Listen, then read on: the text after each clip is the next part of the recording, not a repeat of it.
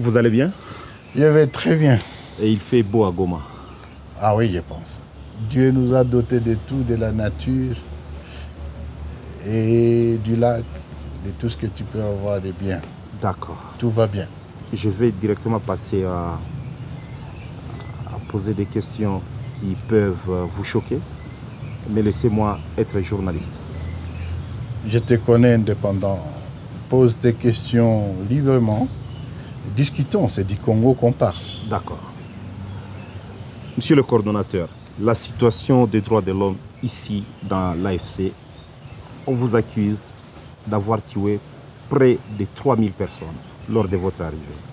Quelle est votre réponse? Bon, je voudrais d'abord vous dire merci et bienvenue à Goma. Et avant de parler des questions des droits de l'homme, l'autre question, permets-moi de rendre hommage aux vaillants lions de Saramboué, l'armée révolutionnaire congolaise, ceux qui sont sur le terrain et qui d'autres sont tombés. Hommage à son chef d'état-major, son commandant, le général Sultani Makenga. Mais hommage aussi à ceux de ces combattants et cadres de l'AFC qui se sont donnés, qui se sont sacrifiés et qui se sacrifient encore pour la libération du Congo. Maintenant, revenons sur votre question touchant Le droit de l'homme. les droits de l'homme. Et les 3000 personnes. Je pense que nous sommes dans une lutte. Lutte pour les changements, lutte pour la paix, lutte pour la dignité des Congolais. Il y a un prix à payer. Mais cette lutte-là va de tous les sens. Il y a la lutte militaire, mais il y a aussi la lutte communicationnelle. Mais il y a aussi la lutte des mensonges. On utilise les mensonges comme une arme. Ça, ce sont des allégations mensongères. Et pour ça, je ne vais rien dire. Je vous dirai simplement que c'est des mensonges. La question est claire, que ce sont des mensonges, des allégations. Et un rapport est en cours de présentation qui sera fait bientôt sur la question. Avant votre arrivée ici, ou bien avant la prise de Goma par les forces de l'AFC, il y a deux députés nationaux, notamment, je peux citer un, Hubert Foulougoutaï, qui décriait la situation ici, on tuait chaque jour. Il parlait même du départ de certains officiers des FARDC parce qu'il y avait des tracasseries dans la ville de Goma. Est-ce qu'aujourd'hui, quelle est la situation dans les villes ou bien les zones sous contrôle de votre administration? Hommage à nos agents de sécurité. Nous sommes arrivés à Goma, on a trouvé les pillages. Le pillage a été arrêté. Aucune banque n'a été pillée. La population a été plus ou moins prise en charge. Et aujourd'hui, il y a des témoignages. Tu peux faire une semaine, 2 semaines sans entendre un coup de balle. Tout ça, c'est le travail fait par nos agents de sécurité et de l'ordre. Il y a les changements. Mais entre-temps, c'est un processus. Kinshasa, disons, avant d'entrer à Goma, c'était une poudrière. Vous avez différentes forces dans cette ville. Les forces internationales. Les Sud-Africains étaient ici. Les Tanzaniens étaient là. Les Malawites étaient là. Vous aviez plus de 3000 mercenaires européens. On n'en parle pas souvent assez. Plus de 3000 mercenaires européens étaient là. Vous avez en plus les Burundais qui étaient dans les opérations. À côté des FARDC, il y avait bien entendu les FDLR. Et bien sûr, il ne faut pas compter les civils, nos compatriotes à qui on a distribué les armes comme du pain. Et on les appelle les Ouazalènes. Et il y avait, il faut compter les contingents de la MONUSCO parce qu'ils étaient partis au conflit. Toutes ces forces hétérogènes, hétéroclites, sans commandement unique, c'était une poudrière qui avait créé l'insécurité, tracasserie, des barrières partout. Les cambistes, c'était les premières cibles. Ils étaient tués tous les jours. Mais depuis notre arrivée, nous avons mis de l'ordre. Oui, je ne dis pas que la situation est devenue, nous sommes devenus au ciel. C'est un processus en cours et grâce surtout au professionnalisme de nos forces, la situation se stabilise. Les autorités civiles sont installées. Plus ou moins, on a trouvé qu'il n'y avait pas d'eau, l'eau a été installée. Ils avaient coupé l'électricité est revenue. La communication est là. Oui, d'autres challenges restent, bien entendu. Mais la situation sécuritaire se stabilise. Au moins, c'est un défi qui reste parce qu'on doit continuer à récupérer les armes et distribuer aux civils et à tout le monde. Il y a des bandits qui circulent encore et qu'on sort. Voilà la situation. Donc aujourd'hui, la situation tend plutôt vers le bien. D'accord. Et j'ai essayé un peu de parler avec la population. Sincèrement, la population n'en peut plus. Pas de banque à Goma. Votre CADECO semble ne pas être encore opérationnel. Qu'allez-vous faire? La situation, vous dites que la population n'en peut plus parce que les banques ont été fermées. C'est une décision délibérément prise par M. Tshilombo pour punir la population de l'Est. Parce qu'ils sont swahiliphones. Les banques sont fermées sur ordre de Tshisekedi. Ce que je voudrais dire, que ça ne procède que d'un crime de guerre. Ce n'est pas une tactique de guerre, pas du tout. Les banques sont fermées par Kinshasa.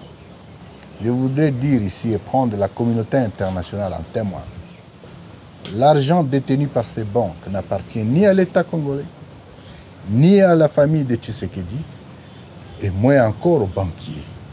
L'argent appartient aux épargnants, à la population, aux enseignants, aux agriculteurs, aux opérateurs économiques, aux médecins qui vivent à l'Est. Ils ont pris la décision de fermer les banques. En fait, c'est une tentative de vol. Ils veulent voler l'argent des gens du Kivu. Mais c'est une situation difficile que nous gérons. Nous ne nous plaignons pas. Qu'est-ce qu'un enseignant a à voir avec la révolution? De toute façon, nous, les responsables de la révolution aujourd'hui, nous n'avons aucun compte dans les banques. Entre-temps, devant cette situation, on ne va pas rester les bras croisés. Nous sommes en train de prendre des solutions alternatives. Et c'est de là que tu parles de la CADECO. Ce n'est pas ma CADECO. La CADECO n'est pas à moi. C'est parmi les solutions palliatives que nous avons entreprises et que nous sommes en train d'opérationnaliser la CADECO dans ce sens. Il n'y a pas que la CADECO. Nous avons institué une autorité de régulation du secteur économique, financier et des assurances. Cet organe va jouer le rôle de la Banque centrale et c'est cet organe qui va nécessairement donner et qui va notamment donner des licences pour la création de nouvelles banques. Mais d'autres alternatives sont aussi là. Entre autres, l'utilisation aujourd'hui de la monnaie virtuelle, ou la monnaie électronique.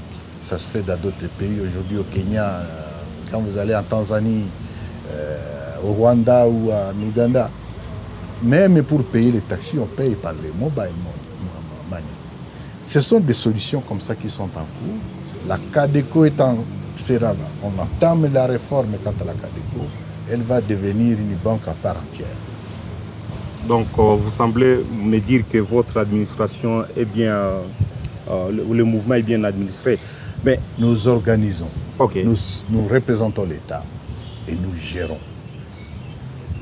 Des situations difficiles auxquelles nous faisons face, nous n'allons pas à Washington, nous n'allons pas, je ne sais pas, à Paris pour pleurnicher comme fait l'autre. Nous trouvons des solutions à nos problèmes. Et c'est ça la réalité. Il y a un scandale qui vient de se passer d'ailleurs à Kinshasa avec le propos de Nicolas Kazadi. Est-ce que les propos de Nicolas Kazadi vous choquent ou vous réconfortent? Non, je vous avais dit la fois passée que tout Congolais qui aspire au changement est membre de l'AFC. Et Nicolas est le premier. Nicolas Kazadi. Il est membre de l'AFC, plus ou moins, même s'il ne peut pas encore le faire physiquement, mais il le fait déjà en termes d'idéologie. L'AFC prône le changement. Et Nicolas a vécu ça, c'est un témoin. Ce qu'il a dit est scandaleux. Mais c'est d'autant plus important que la population nous donne maintenant raison. Le régime Tshisekedi, c'est une bande tribale de voleurs, d'escrocs, de détourneurs. En réalité, ce que Nicolas, vous êtes, c'était celui qui avait la caisse de ces détourneurs. Et le chef de bande est connu. Le chef de bande de cette rapine, c'est lui-même, M. Tshilombo. Ce qu'il a dit, je lui dis coup de chapeau parce qu'il a dit la vérité. Ce qu'il a dit, de toute façon, vous n'avez pas encore su. Vous savez ce qui se passe aujourd'hui au niveau du trésor. Tout ce qui rentre au trésor, ça sort le soir. Et c'est pour aller à la famille présidentielle ou du moins à la présidence. Tu sais ce qui se passe? Même pour payer les agents maintenant, on fait recours aux entreprises. On a vidé toute la trésorerie. Les entreprises d'État ou bien les établissements d'État comme Fomine et consorts, c'est tout ce qui vient et qui est parti. Il n'y a plus aucune règle. Et c'est d'autant plus grave que toutes les institutions sont infantilisées. Le Parlement ne peut faire aucun contrôle. Et tout ministre qui ose même dire que non, telle entreprise, on va faire un contrôle, c'est lui-même le voleur en chef, le président, le M. Tshilombo, qui interpelle les assemblées nationales, les membres, les députés nationaux et les sénateurs de ne pas interpeller les ministres, qui demande aux ministres d'arrêter de suspendre ou de prendre des actions disciplinaires quelconques contre les mauvais gestionnaires d'entreprises. C'est grave. On n'a jamais vécu ça et le pays est dos au mur. On a infantilisé les institutions, on a mis la terreur pour que personne n'ose soulever un mot. Et tout ça, c'est grave, c'est tout simplement inacceptable. Et c'est la raison pour laquelle je vous dis que tout Congolais est membre de l'AFC, parce que tout Congolais aujourd'hui aspire au changement, à ce qu'on balaye cette racaille. Le changement est voulu et attendu de tous. Vous critiquez la gestion de Tshisekedi. En même temps, le M23, vous êtes notamment dans les mines, notamment dans les mines de Roubaïa. Par où l'AFC écoule les minerais qu'elle exploite? Non, corrige, rectifie d'abord. Comment je vais rectifier? Non, vous êtes dans les mines. L'Alliance Fleuve Congo ou les M23, nous ne sommes pas dans les mines. Mais vous contrôlez Roubaïa. Nous sommes en train d'administrer l'espace libéré. Quand on administre, on n'est pas dans les mines. Je ne suis pas minier. Je ne suis pas un homme d'affaires. Non. Quand vous parlez de Roubaïa, ce qu'il faut dire... Et comment sortent les minerais de Roubaïa? J'arrive. Okay. Permets-moi de te répondre, M. Wembi. Nous sommes arrivés à Roubaïa il y a juste 11 mois. Et dès que nous sommes arrivés, avant même qu'on arrive à Roubaïa, nous avons pris une décision.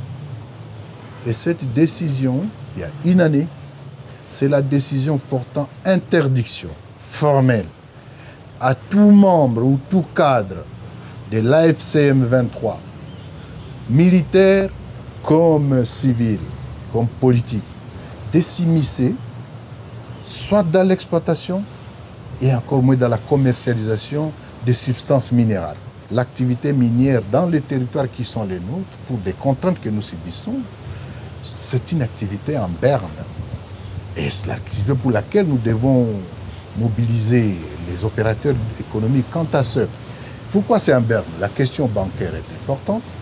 Nous continuons, l'insécurité dans certaines zones d'exploitation est encore là, et qu'on sort. Mais la question, posons-nous quand même la question. Avant que l'AFC M23 n'arrive à Roubaïa, avant ces minerais, qui exploitait? Mais c'est la famille Tshisekedi qui exploitait ça. C'est la famille Tshisekedi qui a ravi cette mine à M. Mwanga Tchouchou. Où est-ce qu'ils exportaient? Ils exportaient toujours par le Rwanda. Ils exportaient toujours par l'Ouganda. Ils exportaient toujours par le Burundi. Aucune substance minérale ne part d'ici vers Kinshasa parce qu'il n'y a pas de route. Pourquoi vous ne posez jamais cette question? On dit, mais comment vous le faisiez ça? Non, je vous confirme encore, l'Alliance Fleuve Congo M23 n'est pas dans les mines, n'est pas dans les business. Nous voulons le changement du pays pour la dignité du Congolais.